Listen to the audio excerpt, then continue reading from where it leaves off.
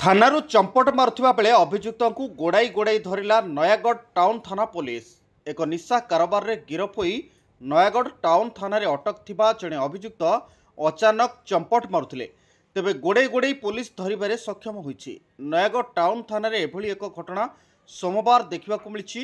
शेषरे अभियुक्तଙ୍କୁ police धरिबारे सक्षम होईछि।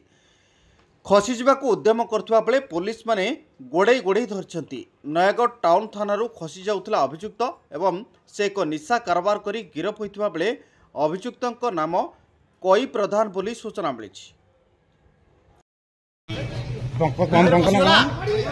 बाहरी पारिबनी भिडी से कम कर या पक्का अधिका ना ना एटा किछ ना हाथ हाथ पड़ी ना गली तो पंख जो जाई पाइलानी आ या पंख गुरा को जण जण द बजे पड़ी जाओ क्यों लगे लगे आपको स्टाफ